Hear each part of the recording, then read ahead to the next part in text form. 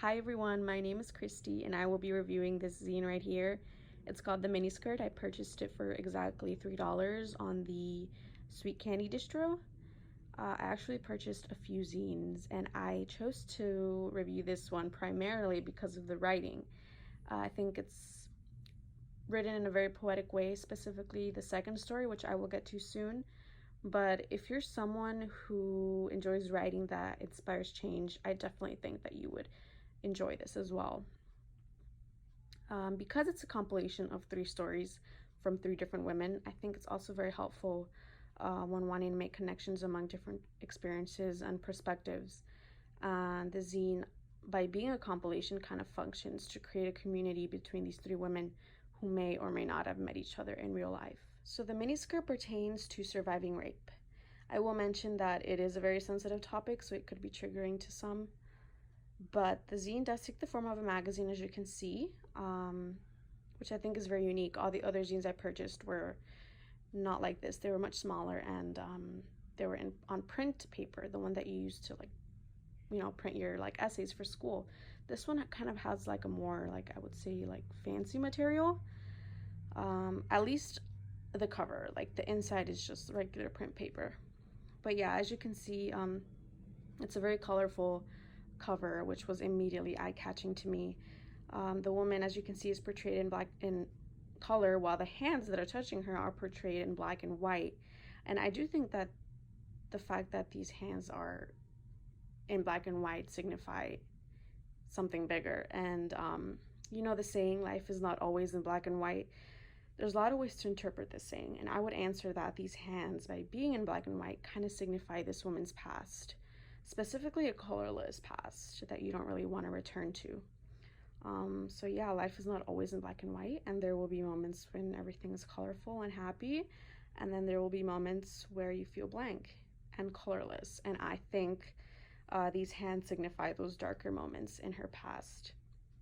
But the fact that she's in color, I think, reassures us that she's not letting those moments of dullness define her future.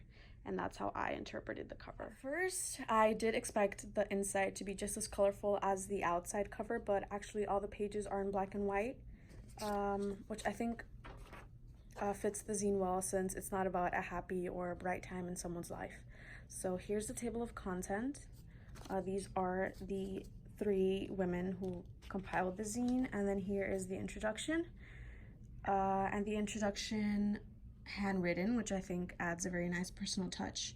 And written here, quote, dedicated to survivors who haven't found their footing yet, who are just looking for anyone to talk to openly about sexual violence and offer some real talk about rebuilding a life post-rape. I definitely think that if you are someone who has, if you're a victim of sexual assault, if you feel like you are silenced or suffocating in your past, this zine can serve as an incentive to inspire you to tell your story without shame or guilt, and to realize that you are part of a bigger, stronger community. Even if you have not gone through any form of sexual assault, if you feel like the topic resonates with you, if you want to put yourself in someone else's shoes, this is definitely a zine that you could also benefit from reading. There's a reason these women have chosen to tell their stories and be so vulnerable, you know? Rape is not really a special interest issue that affects only a few people. It's a social justice issue problem that affects everyone. This is the first story.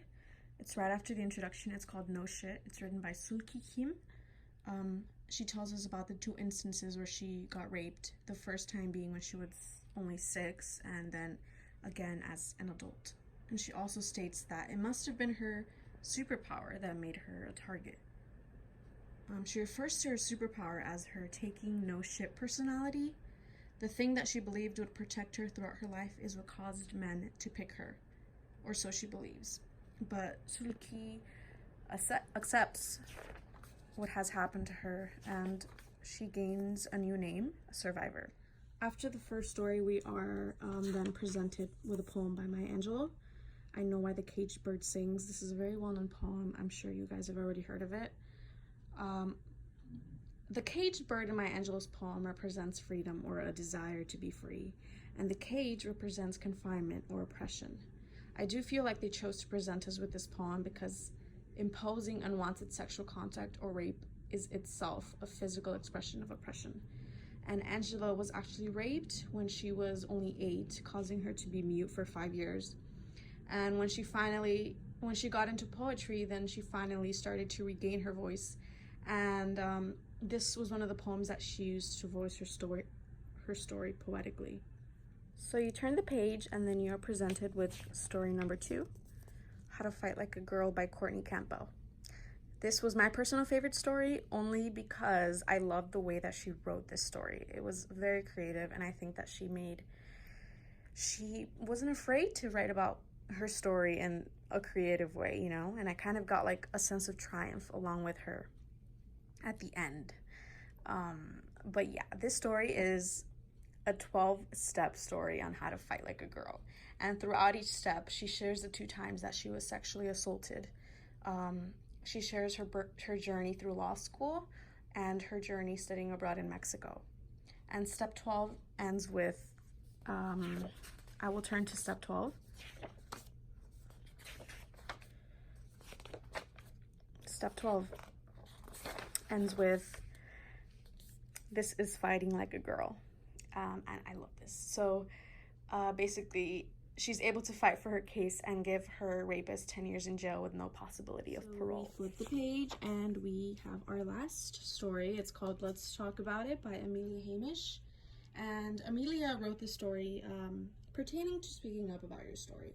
So about never letting that person think that they succeeded in silencing you. It ends with very helpful advice when being afraid to speak up. Right here. She says, practice. Start with someone safe. Only share what you can handle sharing, stand firm, and know when to quit. So, again, they're really calling out to others who have gone through similar experiences. So, reminding them that they can get help and that they will be heard. And Amelia here is really expressing those essential human qualities of care and love, which I think is wonderful. And the article, I'll talk about the article, Why Zines Matter by Alison Pipe-Mier. She expresses how mobilizing qualities of vulnerability and affection create a form of physical interaction and offers mechanisms for creating these meaningful relationships between zinisters and their audience. This is one of the last pages on this zine. This is an image by Sulki, which was the woman from the first story. And it's just an image about consent, a man taking a picture of women who are saying no, and he continues to do it. But overall, I do think this is a very heavy feminist zine. These women are not writing about rape and sexual violence as a kind of emotional shortcut, but rather because it's important to them to share their story. So some parts in the zine are rather I would say uncensored, so I think that's why it's kind of a heavy feminist zine. And then again, I think any topic about rape is really, you know, heavy and needs to be taken with care. But the beauty in the zine is the fact that each story ends very positively. So, you know, seeing yourself as someone who is a survivor and a fighter. The zine itself is really letting other sexual assault survivors know that it's okay to talk about it, and that these zines can be one of the several platforms to do so, and to bring awareness about such a widespread issue. It embodies the feminist belief of listening and honoring multiple perspectives. So for people who have been, I would say, fortunate enough to not experience sexual assault, I think the zine can also give you a personal look into how each author sees the world post-rape. If you read the zine with care, you may even be able to be more aware of what to say or how to act around a victim. This zine is evidence that a strong sense of community could be evident between the writer and its audience. Only a sense of connectedness and individualized relationship with the reader would inspire the writer to write such raw material, and I found myself feeling very empathetic towards the women. But perhaps they're not really looking for someone to cry for them. Maybe they're just looking for someone to build a community that can remind them that the world can be cruel, but that you don't need to walk through it alone. A community that understands that rape isn't something that has to be looked down on. The zine ends with, as you can see, a list of resources, and these are resources that you can use if you've also been a victim. There's a hotline, a website, and they even list their own website where you can submit your own story, and you can do that anonymously if you choose to. This page is handwritten, which, again, something I feel to be an act of affection. It's this form of sharing and listening that really binds this community together. It's very wonderful, I think. Then, of course, is the topic of personal writing. The zine is obviously very personal and intimate, and the writers of the first two stories especially are very open and explicit about their rapes. I feel unfortunate to say rapes because it's an occurrence that happened to them twice. So in the article titled Another Form of Crying, which we read in class by Jennifer Senor, I think that's how you say her name, the author states, quote, "Zines are a way of typing how you feel, letting it out. It's another form of crying," end quote. And indeed, this zine in particular is a predominantly personal zine, and it's an alternative work of art that can appeal to those who want to read unedited, uncut raw material. And this topic ties together very closely with the topic of community. The woman who compiled the zine perhaps wrote from a deeper feeling of pain, anger, and/or sadness. However, I felt while reading their stories that it was more a feeling of triumph. It's like a cry raised against the norm to remind us that the crying doesn't have to last forever. However, crying in this context, I would say, is not literal. So I have flipped back to our first story by Sulki Kim, the one called No Shit. So all three stories are written in a very distinct way. The article which we read called The Bust In and Bitch in the Eth of Third Wave Zines, written by Brenda Helmbrecht and Meredith Love. I don't know if I pronounced Brenda's name right, but they describe ethos as being about character created, character perceived, and character identified. Would I then say that all three women reflect a different type of ethos? Yes, but they still share more similarities than they differentiate in ideologies and imagination. I have gone through these stories back and forth, and I have identified a new type of ethos from this story, the one by Sulki. And looking at her story, I believe it resonates with what I will call the ethos of self-blame. The writer here, she often critiques her personality and way of being, and she attributes both of her rapes to her giving no shit attitude. And she states, quote, "Is there just something about who I am that triggers twisted desires?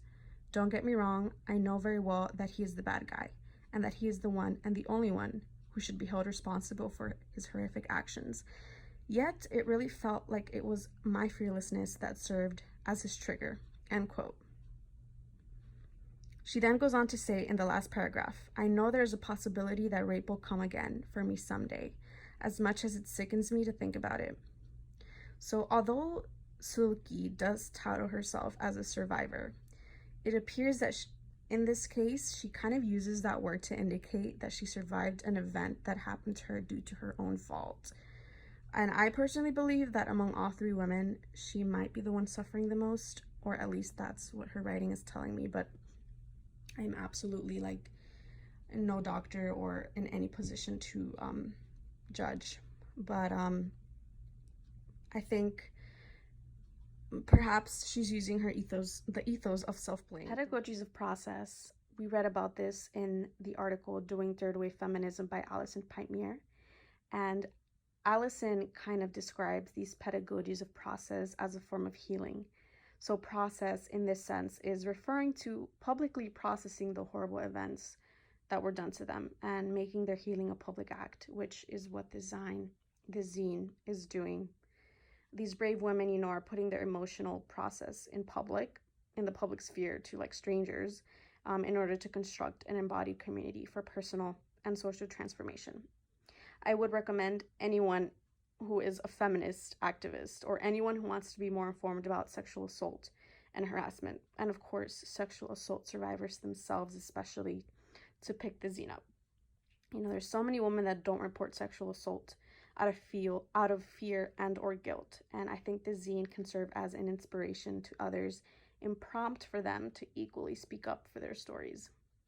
which can garner them support, and sometimes it can be the best way to heal. This kind of network can serve as a healing process, not only for these 3 women, but for those who can resonate with their stories. And so this is where I end my review, and I really hope that you enjoyed. And if you did, make sure to give this zine some love. Thank you.